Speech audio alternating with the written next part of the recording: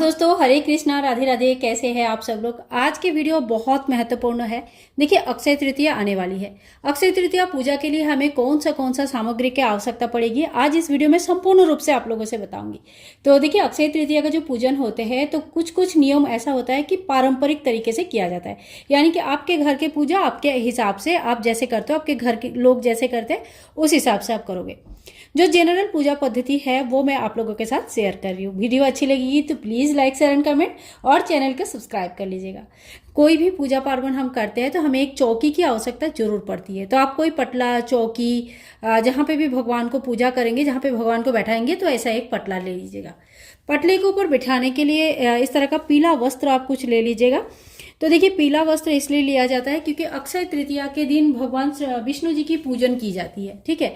और भगवान विष्णु जी के साथ साथ माता लक्ष्मी, गणेश जी की पूजन होती है। आज से जो है ना, हमारे छोटे से लड्डू गोपाल जी की चंदन यात्रा भी शुरू होता है। तो सारे इन्फॉर्मेशन आप लोगों के साथ शेयर करूंगी, पूरे वीडियो को देख लीजिएगा।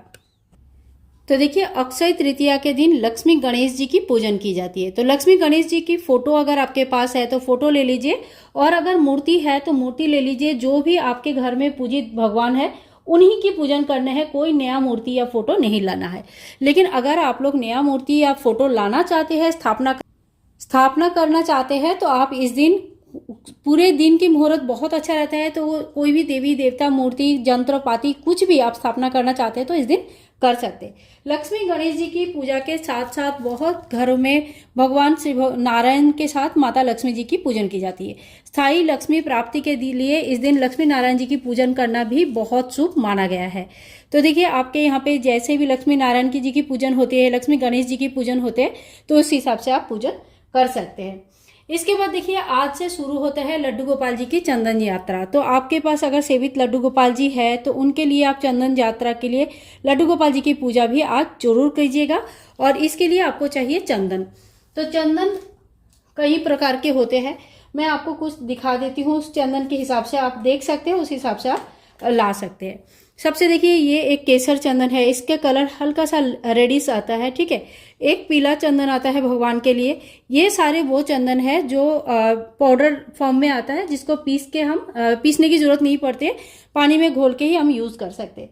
लेकिन इसमें से सबसे बेस्ट जो होता है वो ऐसे अगर चंदन की लकड़ी अगर आपके पास है और ऐसे घिसने वाले पटला अगर आपके पास है पत्थर का, तो ये आप जरूर ले लीजिएगा। इससे से जो है ना, भगवान का चंदन यात्रा के लिए ये वाले चंदन अगर यूज करते हैं तो सर्वोत्तम माना जाता है, क्योंकि ये चंदन बिल्कुल केमिकल फ्री होता है, सबसे अच्छा होता है। इसके अलावा देखिए, काशी अष्टगंधा चंदन करके एक आता है, ये भी थोड़ा सा ऑरेंज कलर का होता है। तो ये चंदन अगर आपके पास बिल्कुल समय नहीं है तो इस तरह का डब्बे वाले चंदन भी आप यूज कर सकते हैं, ठीक है। लेकिन अगर अक्षय तृतीया का दिन कम से कम आप भगवान को जरूर चंदन लगाइए, और उस चंदन को आप इस तरह का जो पटले में खींच के होता है ना, उस तरह का चंदन यूज कीजिएगा। इसके बाद देखिए, आज के दिन पे मिट्टी की घड़ा लेना, दान करना, जल की दान करना विशेष महत्व रखता है। पूजा के समय भी एक बड़ा सा घड़ा लिया जाता है, इसको पूरा शुद्ध जल से भरा जाता है। इसके ऊपर पूजा विधि में मैं बताऊंगी किस तरह से होता है। तो इस तरह का एक घड़ा आप जरूर ले लीजिएगा, और छोटा बड़ा आप अपने हिसाब से ले सकते हैं। और इसी घड़ा को आप चाहे तो दान कर सकते हैं, लेकिन बहुत जगह पे ये घड़ा को अक्षय घड़ा के हिसाब से भगवान के सामने जल रखने के लिए यूज किया जाता है, या अपने जल पीने के लिए यूज किया जाता है। तो आपके यहाँ पे अगर दान करते हैं तो दान कर दीजिएगा, और अगर दान नहीं करते हैं तो फिर आप अपने यूज के लिए भी रख सकते हैं। घड़ा एकदम नया होना चाहिए, इस बात का विशेष ध्यान रखें। इसके अलावा देखिए, चार जो छोटे छोटे कलश का और पूजन की जाती है। चारों कोनों में 4 कलश का पूजन की जाती है। तो ये जो 4 कलश होगा, ये आपके पास जो भी कलश है, तांबा, पीतल, वो सारे कलश आप ले सकते हैं, कोई दिक्कत नहीं है। ये यहाँ पे आप मिट्टी की भी छोटे छोटे कलश आते हैं, अगर वो भी मिल जाए तो आप वो भी यूज कर सकते हैं। तो देखिए, इस तरह का जो तांबा पीतल का कलश आता है ना, तो इस तरह का जो डेली पूजा में यूज होता है, इस तरह का कलश का भी यूज कर सकते हैं। पूजा दोनों प्रकार से होते हैं, लक्ष्मी नारायण जी की पूजन होते हैं, लक्ष्मी गणेश जी की पूजन होते हैं, और साथ साथ में जो पारंपरिक तरीके से पूजन होता है उसमें इस 4 घड़े की जरूरत पड़ती है। इसके बाद देखिए आज के दिन जल दान किया जाता है, तो आप चाहे तो जल इस तरह से लेके दान कर सकते हैं, या ठाकुर जी के लिए मैंने ये घड़ा जो है ना अपनी ठाकुर जी के लिए लेके आई हूँ। तो ये जो कलश में अक्षय तृतीया के दिन से या एकादशी के दिन से ऐसे घड़े में जल भर के आप ठाकुर जी के लिए भी रख सकते हैं। तो ये बहुत ही अच्छा माना जाता है और पूरे बैसाख के महीने में इस तरह से भगवान के लिए जल रखा जाता है। जल का दान करना बहुत शुभ रहता है, तो आप जल का दान जरूर कीजिएगा। इसके बाद देखिए पूजा में जो सामग्री चाहिए होता है, जैसे हमें थोड़ी सी अक्षत जरूर ले लेनी चाहिए। अक्षत मतलब बिना टूटा हुआ चावल होता है, ठीक है। अक्षत हमने ले लिया। घी का एक दीपक आप ले लीजिए, कुछ फूल ले लीजिए, एक धूपबत्ती ले लीजिए। और धूपबत्ती मतलब अगरबत्ती ना यूज करके इस तरह का धूपबत्ती यूज करिए, वो ज्यादा अच्छा होता है, ठीक है। इसके बाद देखिए आज से भगवान को इत्र सेवा दिया जाता है। पूरे बैसाख के महीने में गर्मी में इत्र सेवा दिया जाता है, तो इत्र आप जरूर ले लीजिएगा। और ठाकुर जी को इत्र सेवा दिया जाता है। और कलश के कंठ में बांधने के लिए मौली ले लीजिए। भगवान को वस्त्र स्वरूप भी मौली चढ़ाया जाता है, तो आपका अलावा मौली रक्षासूत्र जो भी बोलते हैं वो लेना है। इसके बाद देखिए कपूर हमने लेनी है। कपूर आरती के लिए बहुत अच्छा रहता है, तो कपूर ठंडक भी देती है, तो कपूर हमें जरूर ले लेनी चाहिए। इसके साथ साथ देखिए भगवान को चढ़ाने के लिए ऋतु फल कुछ जरूर लेनी चाहिए। हमें दान भी करना है कुछ फलों का। कुछ फल हम खुद भी घर पे खाते हैं और प्रसाद स्वरूप लोगों को बांटते भी है। और खरबूजा इस दिन जरूर लेके आइएगा। आपके यहाँ मतलब जो भी मौसमी फल है, आम है, खीरा है, ककड़ी है, खरबूजा है, तो इस तरह का जो फल होता है ये फल जरूर लाया जाता है।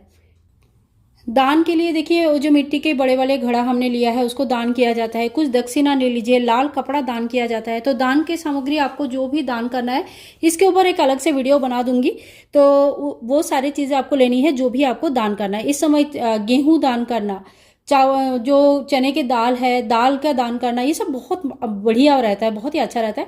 इसके ऊपर एक सेपरेट वीडियो मैं आप लोगों को बना दूंगी, जो देख के आप ये तय कर सकते हैं कि दान में क्या क्या दान करना चाहिए हमें और क्या दान करने से क्या पुण्य फल मिलता है। इसके बाद देखिए इस समय गर्मी बहुत ज्यादा पड़ता है, तो इस समय ना बांस की बनी हुई पंखा जो होता है ना, पंखा पूजा में जरूर आपको लाना ही है। भगवान की पूजा में पंखा जरूर यूज करनी है। पंखा आप जरूर यूज कीजिएगा। इस तरह का देखिए पंखा आता है, तो पंखा आप जरूर ले लीजिएगा। और ये पंखा का आप चाहे तो किसी को दान भी कर सकते हैं, या अपने ठाकुर जी को डेली हवा करने के लिए भी ये पंखा आप यूज कर सकते हैं। इसके अलावा देखिए आप सोना चांदी जो भी खरीद के लाएंगे उस दिन, तो वो चीजों का पूजन जरूर कीजिएगा। इस समय सोना चांदी खरीदना बहुत अच्छा माना जाता है। और अगर आपने बाय चांस सोना चांदी कुछ नहीं खरीद पाए, कोई बात नहीं, जो भी सोना चांदी आपके पास है आप उनका भी पूजन कर सकते हैं। तो दोस्तों ये वो संपूर्ण सामग्री है जो आप अक्षय तृतीया के लिए आपकी संपूर्ण तैयारी वो कह सकते हैं। अगर वीडियो पसंद आई तो please like share and comment, channel को सब्सक्राइब करके रखें। मिलूंगी नेक्स्ट वीडियो में, तब तक के लिए बाय बाय दोस्तों, take care, happy Akshaya Tritiya.